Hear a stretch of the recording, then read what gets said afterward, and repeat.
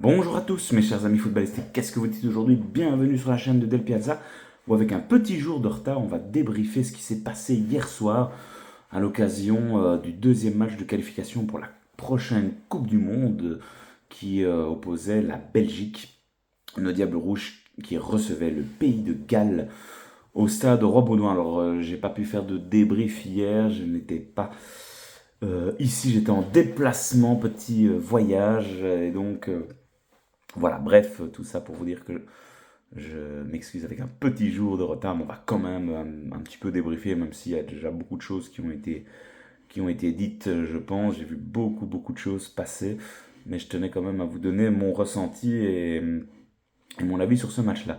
Alors, bah, évidemment, la victoire était primordiale avec cet échec, malgré tout, en Macédoine. Vous vous retrouvez à un point en cas de victoire du Portugal, du Portugal, du Pays de Galles, pardon. Celui-ci se serait envolé à plus de 10 points et ça, donc voilà, ça laissait présager rien de ne pas se mettre en tout cas dans le confort, ça a une certitude. Et alors on a eu par rapport à la composition d'équipe avant de commencer vraiment ce match-là. Trois changements par rapport à ce qui avait été proposé en Macédoine, sortie de Van Aken et de Nicolas Raskin et de notre ami Salemakers pour les remplacer. Nul autre que le duo d'Aston Villa, Mamadou Onana, Yuri Tillemans et la titularisation aussi de Leandro Trossard. Donc voilà, quelques modifications quand même suite à cette contre-performance, comme je l'ai dit, en Macédoine. Et on sentait que Rudy Garcia voulait vraiment renforcer son entrejeu, peut-être. Il n'avait pas été hyper satisfait du rendement de Van Aken et de Nicolas Raskin sur le premier match. Et donc, les changements ont été positifs, en tout cas sur la première mi-temps. Ça, c'est une certitude. Ça a été très très vite 3-0 dans ce match-là. Franchement, qu'un Kevin De Bruyne des grands soirs, étincelant, toujours dans les bons coups, impliqué aussi dans les phases défensives. Euh, ouais, ça, c'est du Kevin De Bruyne, pur jus, grande classe. Et Dieu sait qu'on va pouvoir le remercier plus tard dans le match. On y reviendra après. Mais hier, c'était une très très belle performance de Kevin De Bruyne. Quand il est comme ça, il est tout simplement exceptionnel. Et on a envie qu'il joue jusqu'à l'âge de 50 ans. Il nous sort des prestations de la sorte. Donc c'est lui qui cause le premier penalty. C'est un filtre, il tire, le ballon est touché de la main, converti après par Romelu Lukaku qui a inscrit son 89e but pour les Diables Rouges. Suivi ensuite une très très belle action encore à la construction avec De Bruyne. Trossard, je pense qu'il donne un très bon ballon pour Maxime de Kuyper qui vient au dédoublement. De Kuyper qui fait un superbe centre pour Yuri Tillemans qui du gauche vient mettre le 2-0 quelques minutes après l'ouverture du score sur penalty. Très très bien construit ce but-là. Franchement, Maxime de Kuyper, il n'y a pas grand-chose à lui reprocher, je trouve, sur ces deux confrontations. Il commence tout doucement à très très bien s'installer sur ce poste de back gauche. Et franchement, offensivement, on connaît ses qualités et il ne déçoit pas malheureusement cette petite carte jaune qui lui coûtera malheureusement son changement à la mi-temps et bon, ça conditionnera peut-être un petit peu la suite de la deuxième. Voilà, on enchaînera après. Euh, et puis, une très très belle action. Doku isolé son flanc, sur le flanc droit à ce moment-là, qui va rentrer dans l'axe et du gauche, nous sort une superbe frappe pour aller mettre le 3-0. Donc à ce moment-là, on se dit que la messe est dite, que tout est ok. Quelques petites frayeurs malgré tout, encore une fois derrière dans cette première mi-temps avec Woutfaz qui nous fait un petit peu encore ces approximations, un tir lointain. Et puis quand on pensait que tout était ok, il y a ce corner là où il y a une petite sortie où Matsels ne s'est pas habitué à ça et est arrivé un petit peu en retard et malheureusement, voilà, l'arbitre n'a eu d'autre choix que de siffler penalty. Ce qui a permis au Pays de Galles de recoller au score 3-1. Et là, voilà, un petit mouvement de panique. Et juste avant la mi-temps, les Gallois ont été clairement reboostés pour ce penalty-là. Ils se sont dit que clairement, la défense belge, il y avait quelque chose à faire. Et clairement, après, au retour des vestiaires, là, il y a quand même des choses à dire.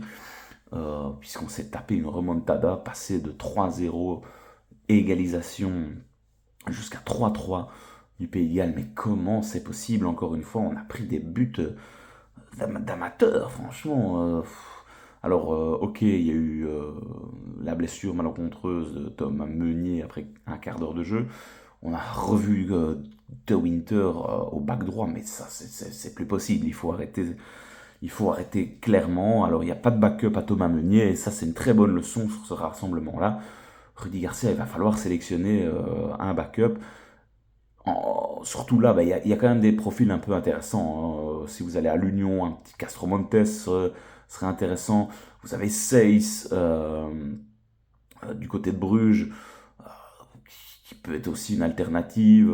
Éventuellement Hugo Siquet, j'en sais rien. Mais je pense qu'il y a quand même pas mal de backs droits éventuels qui jouent en Pro League, qui sont opérationnels. Donc franchement, pourquoi s'en priver, franchement, et on l'a vu, ça a failli coûter très très cher hier.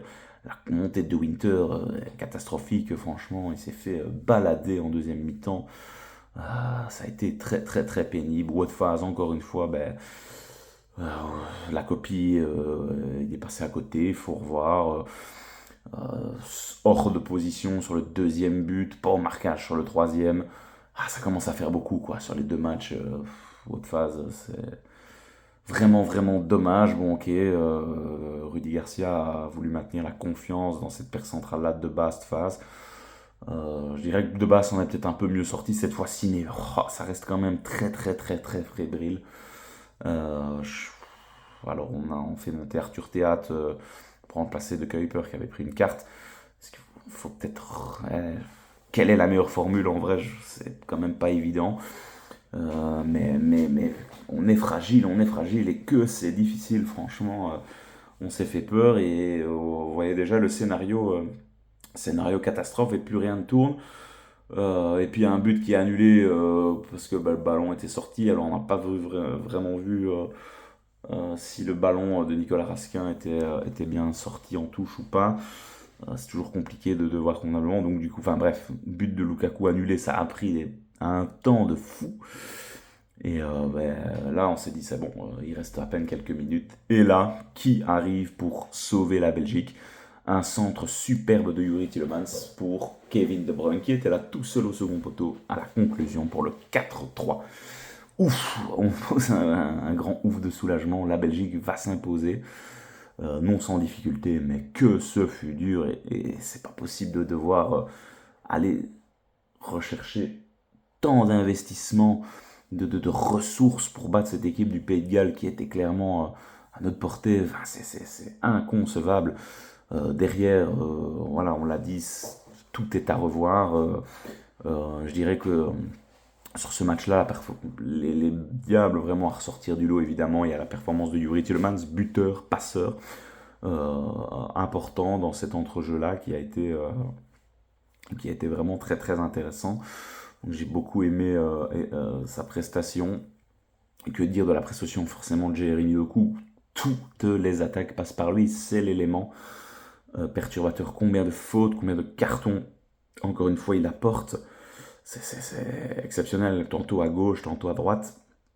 Jérémy Doku, vraiment, quelle chance et quel plaisir de le voir évoluer sous nos couleurs, mais c'est un talent exceptionnel et on peut vraiment que l'en remercier, franchement. Voilà, super gars. Première mi-temps de Trossard, quand même intéressante aussi. Il faut le mentionner, Lukaku peu servi malgré tout. Euh, qui a été là, un but sur penalty, un deuxième but qui a été annulé parce que pour ballon sorti en touche.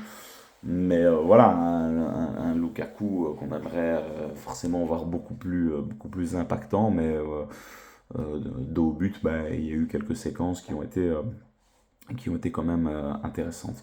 Alors par contre, il faut parler aussi de la montée en deuxième mi-temps de Luke Bacchio, ressorti 30 minutes plus tard, qui rate un face-à-face terrible, bien servi par Kevin De Bruyne. c'était 3-1 à ce moment-là. S'il la met, c'est 4-1. On ne parle plus du Pays de Galles et de ces histoires de remontada.